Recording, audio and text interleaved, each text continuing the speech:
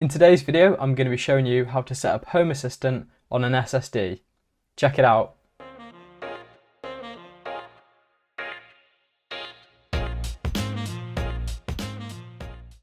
What's going on, guys? I hope you're all doing well. If you've been following along with my Home Assistant videos, you're probably thinking, haven't you already done one of these? And yeah, you'd be correct. I've actually done a couple of these. So what's different with this one, and why should I bother watching this one? Well, if you've watched those ones and you're watching this one, I'm guessing you haven't got your SSD working yet. So there you go, that's your first reason. The second reason is I've been doing YouTube for I think about 3 months now. So I'd like to think that I've improved with both my kind of production quality and also the flow of my videos. And lastly, the actual Home Assistant page is updated, so it looks a bit different to how it did a couple of months ago. So to save any confusion with new beginners following along with those old guys looking at old pages, this is kind of just going to, spruce that up and give you a more updated look at it. In this video, I'm also going to be picking out issues that people have reported in the comments and trying my best to explain those and help. So if you do get one of those issues that previous people have had, you should hopefully be able to sort it out. So whether you're a brand new Home Assistant user looking to set up Home Assistant on your Raspberry Pi with an SSD, or you're an existing Home Assistant user currently running Home Assistant on your Raspberry Pi using an SD card and you want to just make that jump, this video should cover both of those routes and get you sorted. We're going to start off by having a look at the hardware and software we're going to need for this project. There's going to be a few bits of hardware we need. We're going to need a Raspberry Pi and a power supply. I'm going to be using the 8GB Pi 4 and I'm going to be using the official Raspberry Pi power supply. We're also going to need an SD card and some way of reading the card. Now the card can be any size and any classification, and for the card reader you can use anything. I'm going to be using a little USB SD card reader. And then we're also going to want an SSD and a SATA to USB 3.0 cable. The SSD and SATA to USB 3.0 cable is where it gets a bit tricky because there's only certain SSDs and certain cables that are currently supported. And this isn't a Home Assistant thing, this is a Raspberry Pi thing, and I'll have a handy link in the description below which will have a guide which has got a bunch of SSDs and a bunch of SATA to USB 3 cables that are actually currently working with the Pi. So before you start, check that your SSD and your cable is in that list. I'm going to be using a 240GB Kingston SSD in combination with a StarTech SATA to USB 3.0 cable. For the software, we're keeping it nice and simple. There's just one bit that we need, and that's the Pi Imager. There'll be a link for this in the description below, so go ahead and download and install that now. We are also going to need the 64-bit image of Home Assistant, and again there's going to be a link for that in the description, so go and download that and just stick it on your desktop. If you've now got the Pi Imager installed and you've got all the hardware and you've checked your SSD and cable are compatible with the Pi, we should be now good to go. There's just one last thing we need to do, and that's to subscribe. So if you're not already, if you press that subscribe button and ding dong the notification bell, you'll be alerted to whenever I bring out a future video. Just a quick word of warning, following along with this install will result in you losing your current database history.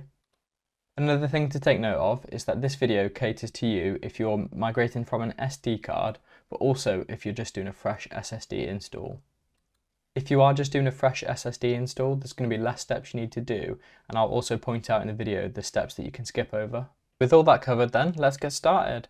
The first thing we're going to need to do is make a backup of our current Home Assistant. Now obviously this step is only relevant to you if you're currently running Home Assistant on an SD card.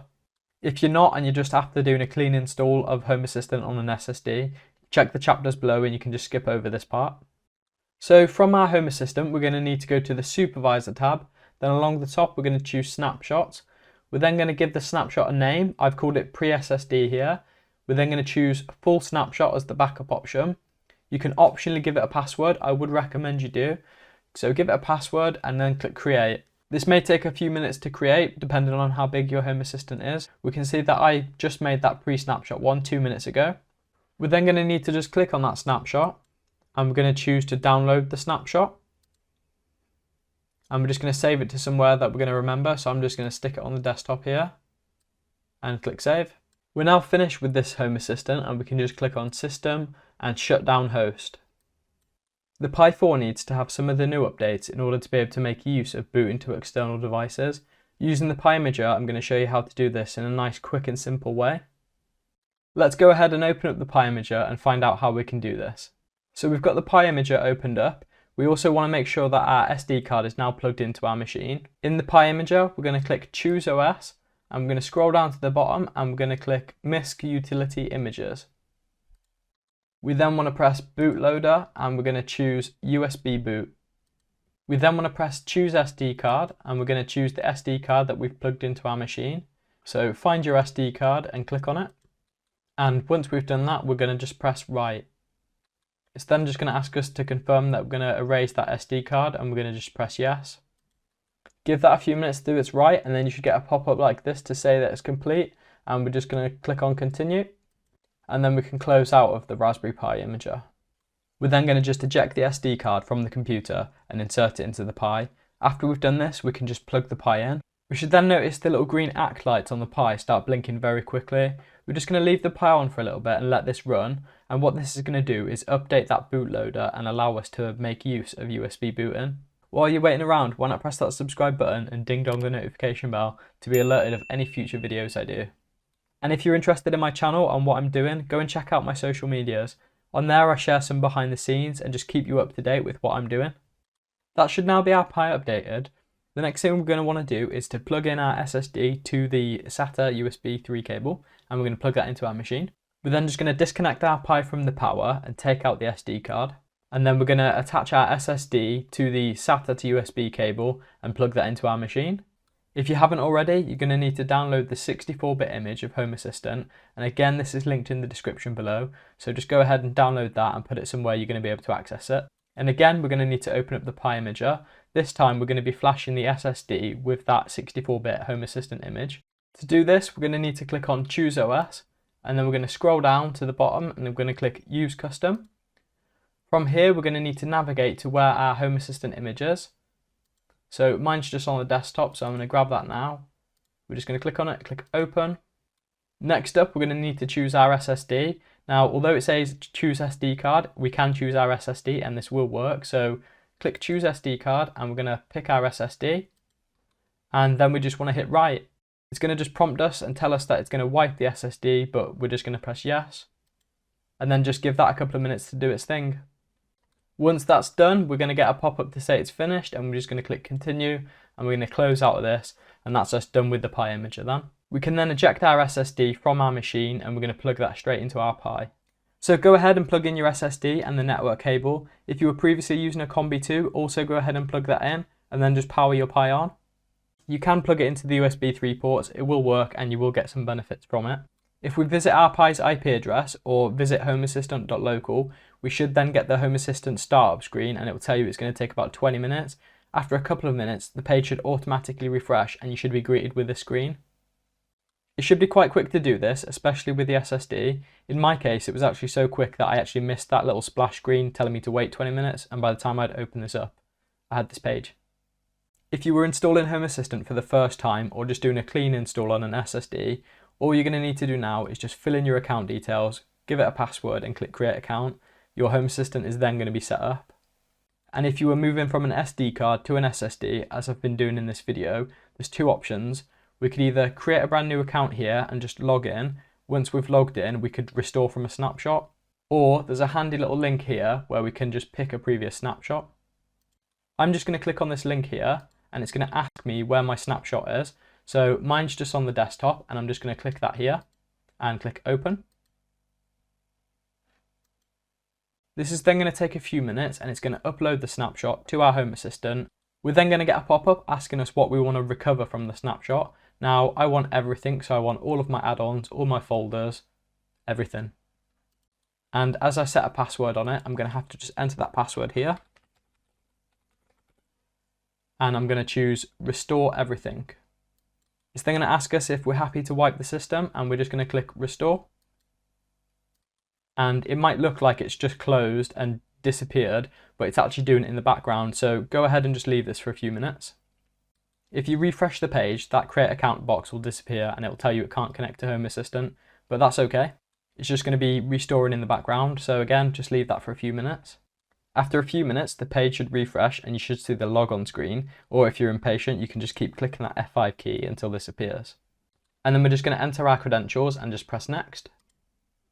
And if you've got two-factor enabled, you're just going to enter your two-factor authentication code and press Next.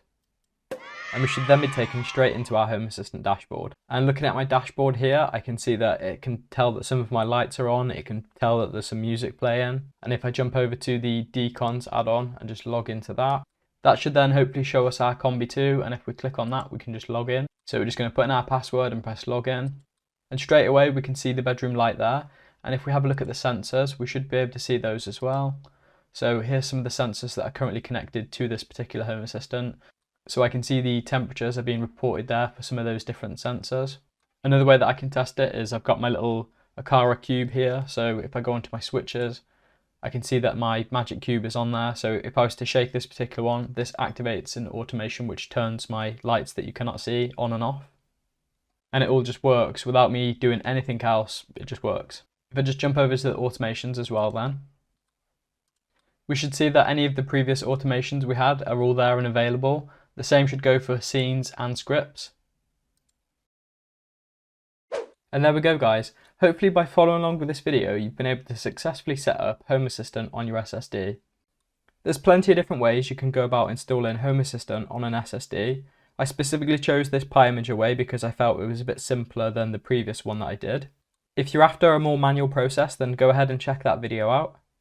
That video is also an SSD install but using a slightly different method. If you've now got Home Assistant working on your SSD then you should now be good to go, and the rest of this video might be a bit irrelevant to you. But before you go, if you're not subscribed, make sure you press that subscribe button, and if you ding dong the notification bell you'll be alerted to any future videos I do. And what we're going to do now is go over some of the possible issues you may encounter trying to do this install. I'm also going to go through some issues that were reported in previous installations I've done and just try and give some tips and pointers on how to resolve those.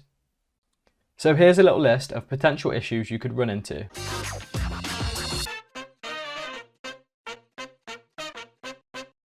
First up is the Conbee II.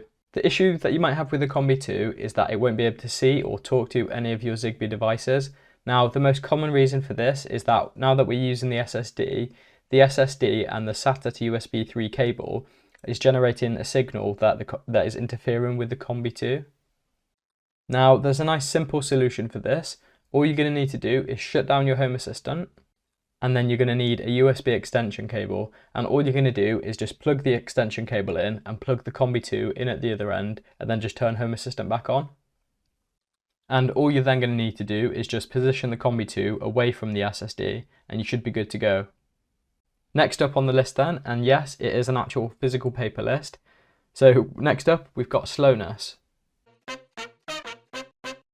And what I mean by slowness is that Home Assistant might seem like it's struggling, or it's just chugging along, or just generally being a bit sluggish.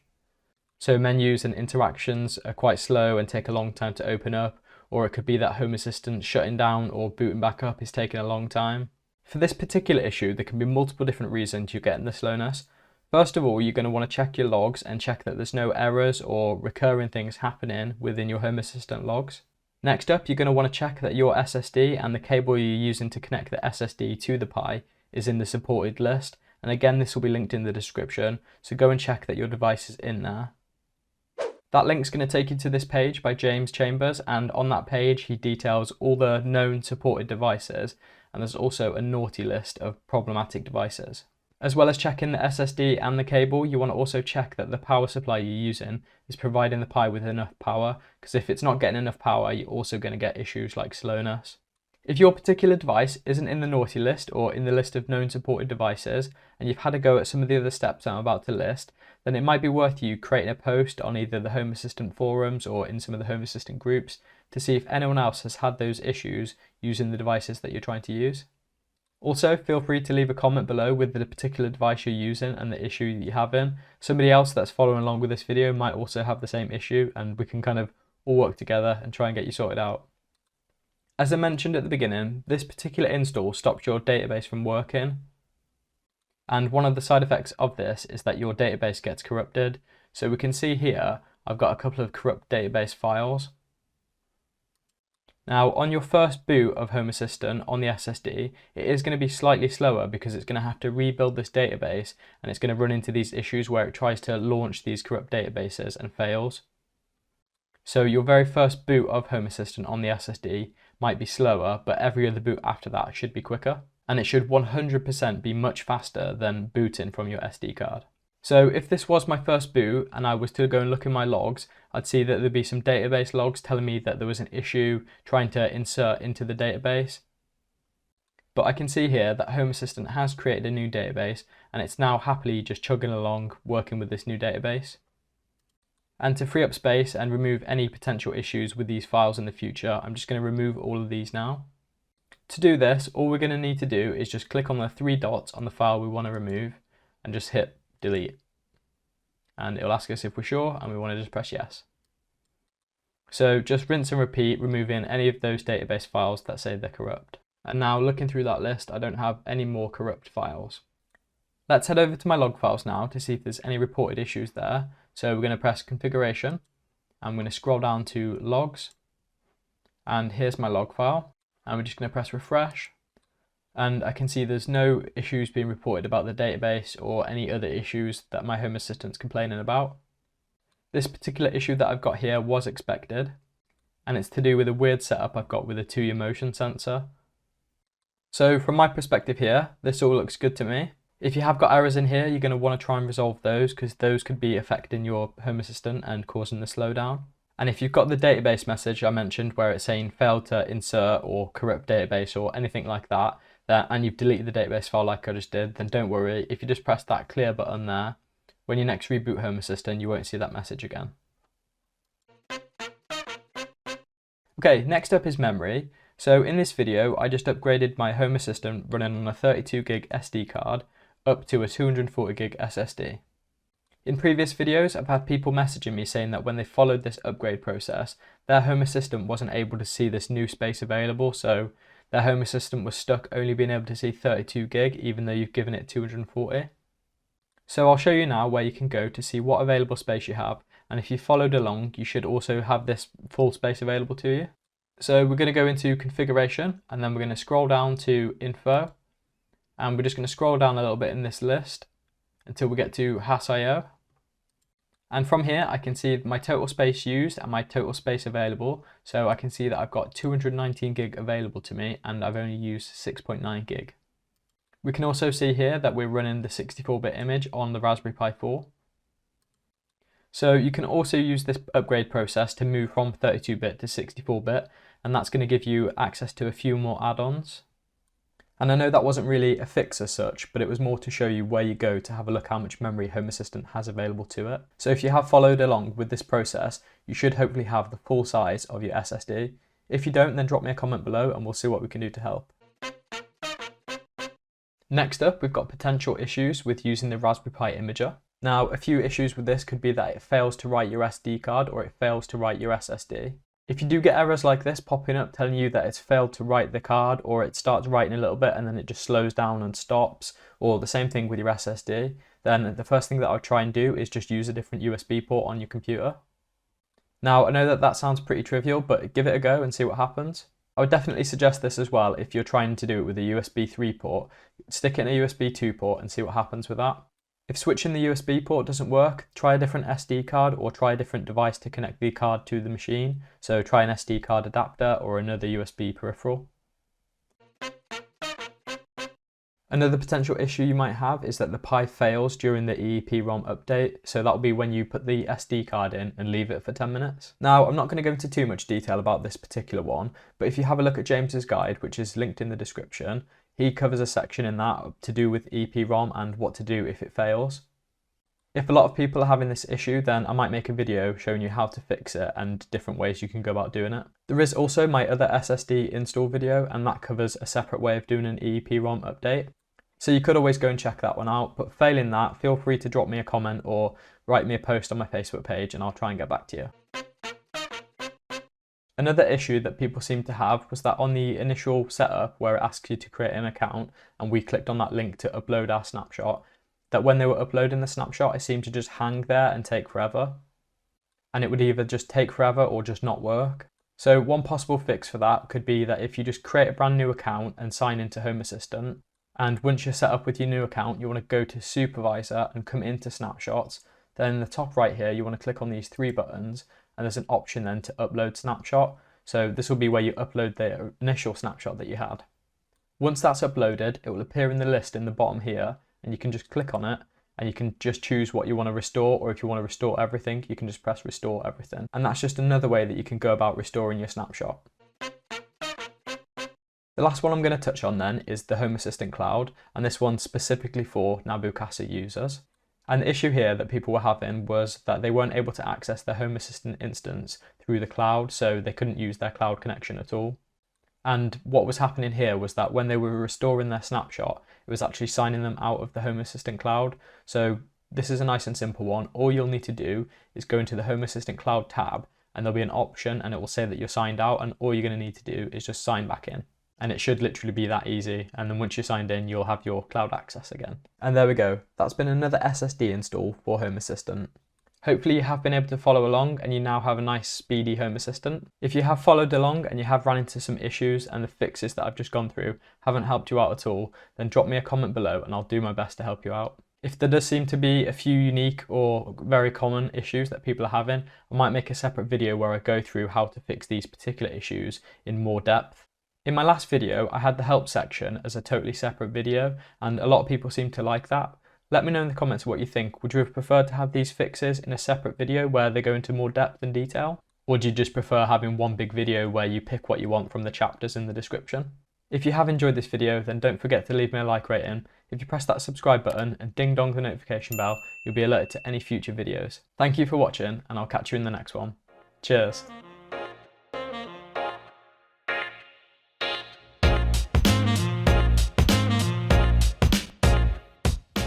So whether you're a brand new Raspberry Pi, you're not a brand new Raspberry Pi, you're a person, man. You might not be a man. Who knows?